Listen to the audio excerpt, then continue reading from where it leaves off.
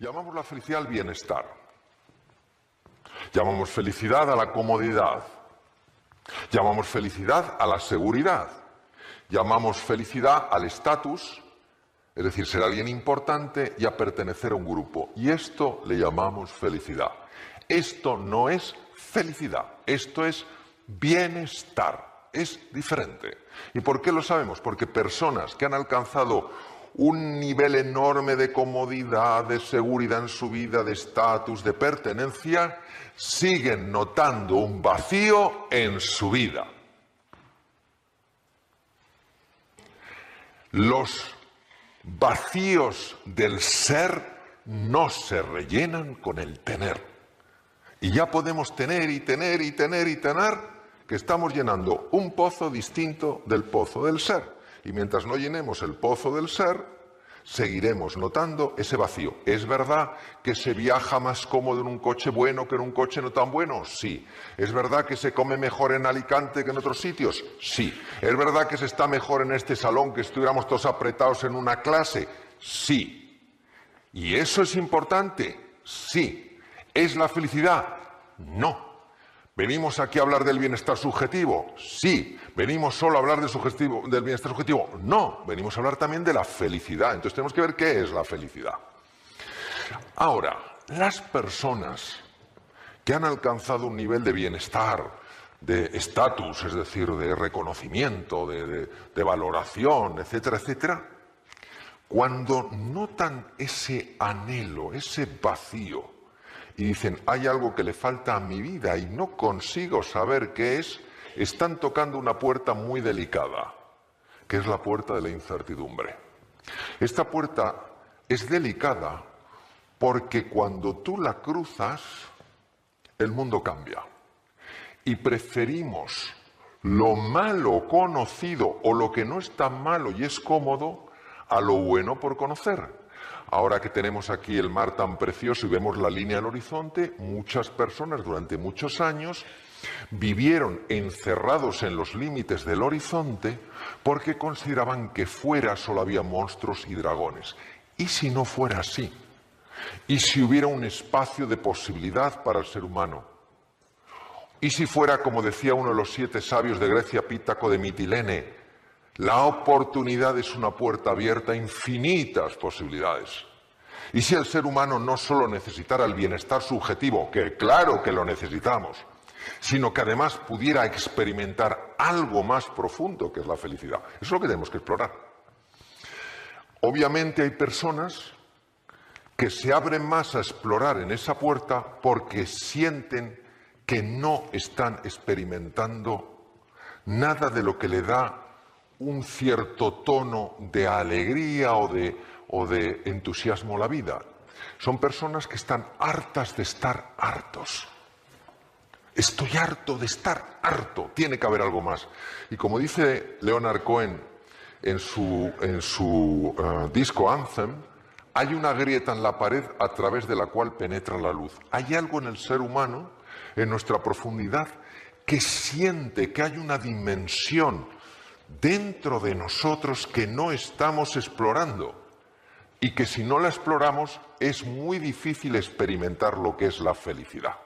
¿Podemos experimentar el bienestar? Claro que sí, pero se nos escapa algo entre los dedos como si fuera agua, que es la felicidad. Pero ¿qué ocurre? Que también para las personas que están hartas de estar hartas, esa puerta es una puerta a la incertidumbre, y ante la incertidumbre el ser humano muchas veces se empequeñece. Ya hemos visto que hay una diferencia entre el bienestar subjetivo y la felicidad. Ahora vamos a ahondar más en cuál es la experiencia de los dos. El bienestar subjetivo es lo que colma los sentidos. Yo me he tomado hoy un fideuà con tinta, o sea, fideuà negro, en vez de un arroz negro, un fideuà negro, que estaba riquísimo. Oye, riquísimo. Estaba colmando mis sentidos, claro que sí. Estaba viendo el mar, estaba en el Hotel Meliá aquí, estaba viendo el mar precioso, está colmando mi vista. Luego me han traído en un coche fantástico. Mi amigo Eduardo, bien, colma los sentidos. Eso es bienestar subjetivo. La felicidad colma el corazón. ¿Y cómo sabes que colma el corazón? Porque la experiencia de felicidad es diferente. Tiene una cualidad distinta que la vamos a explorar. El bienestar subjetivo se experimenta, pues como lo que hemos visto antes, confort, agradable a los sentidos, te sientes cómodo, te sientes seguro, te sientes bien.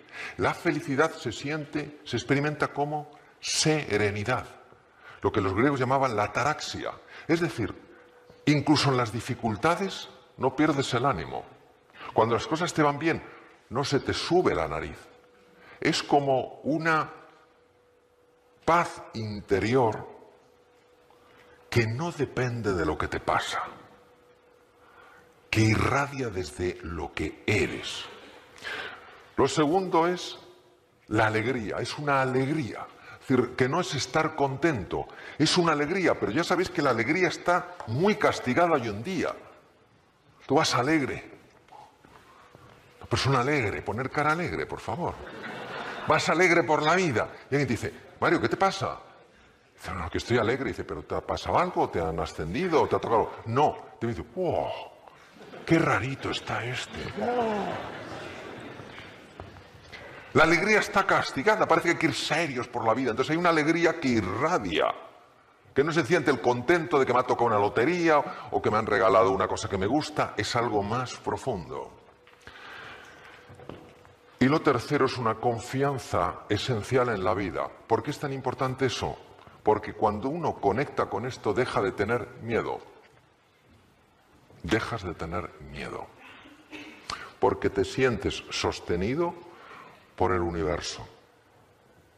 Cuando tú estás verdaderamente enfocado en una tarea y el mundo a tu alrededor desaparece, ¿qué tal haces esa tarea? ¿Mejor o peor? Si te estás distrayendo constantemente, bien. Si tú emprendes nuevas acciones, emprendes nuevos caminos y algo empieza a tensarte y a angustiarte, ¿tiendes a seguir avanzando o tiendes a retraerte? Y la creatividad. La creatividad es de las cosas más sensibles al estado emocional, porque depende fundamentalmente del hemisferio derecho, una gran conexión con el mundo emocional. Entonces, una persona que se sienta emocionalmente bloqueada, creativamente está anulada. También lo exploraremos. Entonces, vamos a poner un ejemplo muy fácil. Eficaz es cargarte una mosca con un cañón. ¿Te la cargas o no? Hay alguno que dice, no sé lo que habrás fumado, pero normalmente una mosca, le pones un cañón y te la cargas. Eso es eficaz, pero ¿consume o no consume recursos? Un montón. Ahora, si coges un matamoscas, esto es eficiente.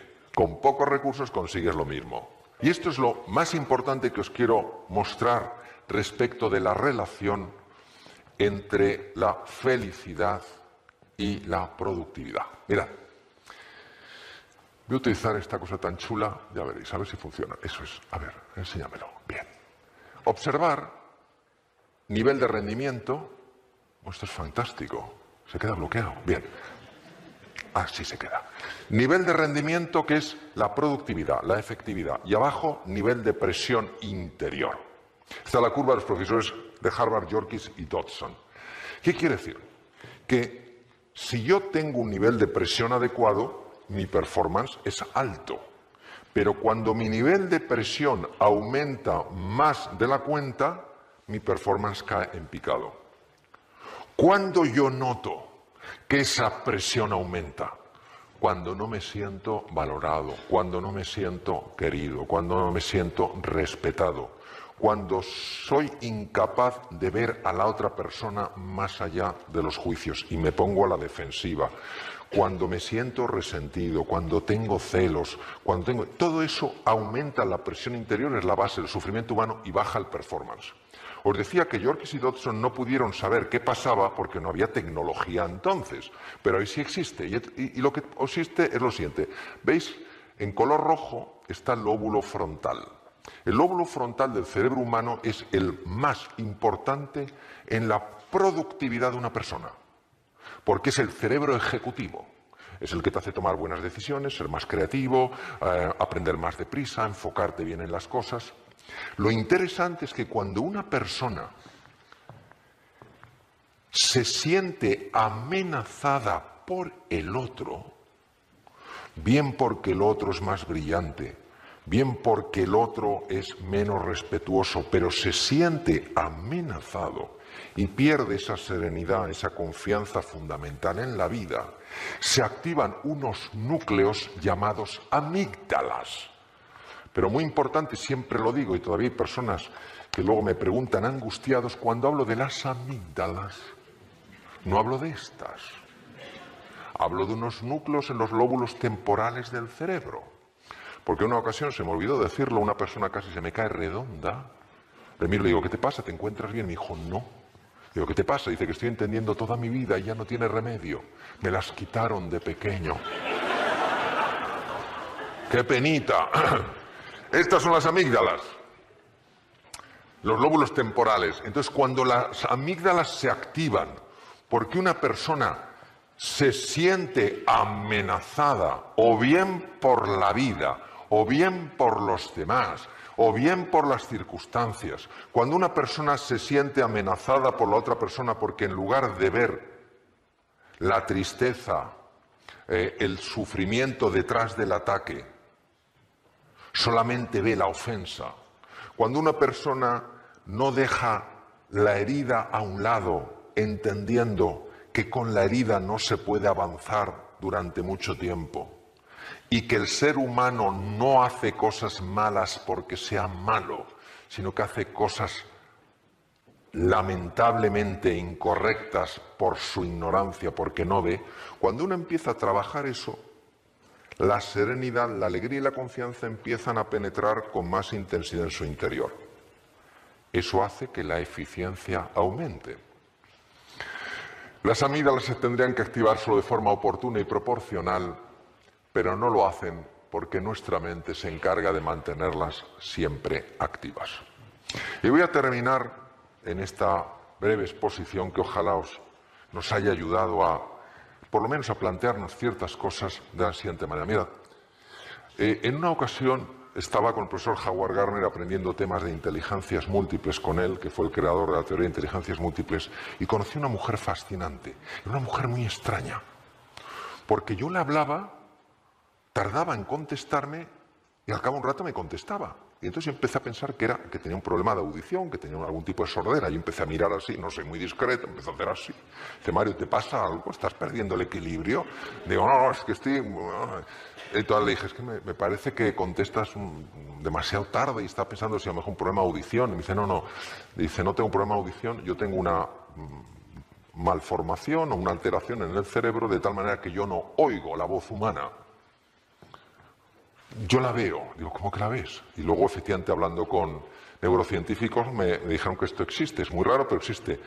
Ella veía una pantalla digital y aparecían escritas las palabras que yo hablaba, pero tardaban bastante en aparecer. Entonces ella no podía contestar hasta que no viera toda la pantalla.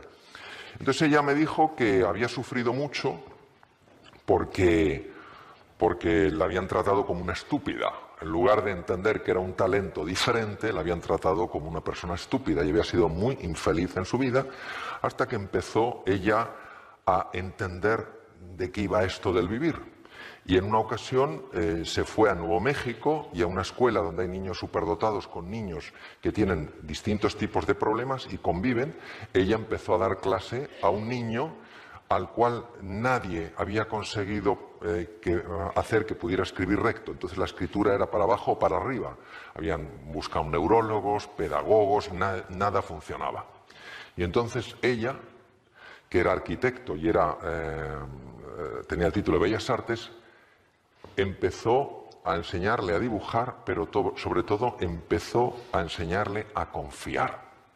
Y de forma automática, este niño de repente corrigió la escritura. Es decir, hay una grandeza en todo ser humano que cuando generamos un espacio de confianza, de serenidad, de apoyo, de valoración y de ilusión, esa grandeza natural sale. Es como hace años en el Valle de la Muerte en California, que no crece nada, una primavera empezaron a salir flores. Y dijeron, ¿pero dónde están estas flores? ¿Cómo? Si aquí nunca hay flores. Sí, pero es que unos meses antes había llovido. Entonces, lo importante es que entendamos que cada uno podemos ser esta humilde lluvia y que lo esencial está en cada persona. Que si tú una persona la tratas con afecto, si tú una persona la valoras, si a pesar de ser distinta a ti no la tratas como distante, si en lugar de tolerar la diversidad la celebras, si generas un espacio de escucha donde estás verdaderamente presente, de manera natural se produce esa reconexión que es la base de la felicidad. Y es cuando tú te sientes parte de todo. Reconectas contigo, con los demás y con la naturaleza. Y todos, sin excepción, yo el primero, vamos a tener que experimentar una, digamos, lucha. Y esto es lo que aprendí de esta profesora, y con esto termino, la cual lo aprendió de los indios navajos. Esta mujer me contó una historia que es la esencia de la filosofía del pueblo navajo al que ella visitaba, aparte de ir a la escuela esta de los niños. Y esta historia mitológica, mítica, que llevan cientos de años repitiéndose los navajos entre sí, es la siguiente. Dentro de mí está teniendo lugar una gran batalla. Por un lado está el águila majestuosa. Todas las acciones del águila están llenas de verdad, de bondad y de belleza. El águila que en mí vuela por encima de las nubes y aunque a veces baja los valles, siempre deposita sus huevos en la cima de las altas montañas. Pero dentro de mí también vive un terrible lobo. Él representa lo peor que hay en mí. Se sustenta sobre mis propias caídas y justifica su presencia diciendo que él también es parte de mí. ¿Quién ganará esta gran batalla? Aquel a quien yo cada día alimente. Muchas gracias. Gracias.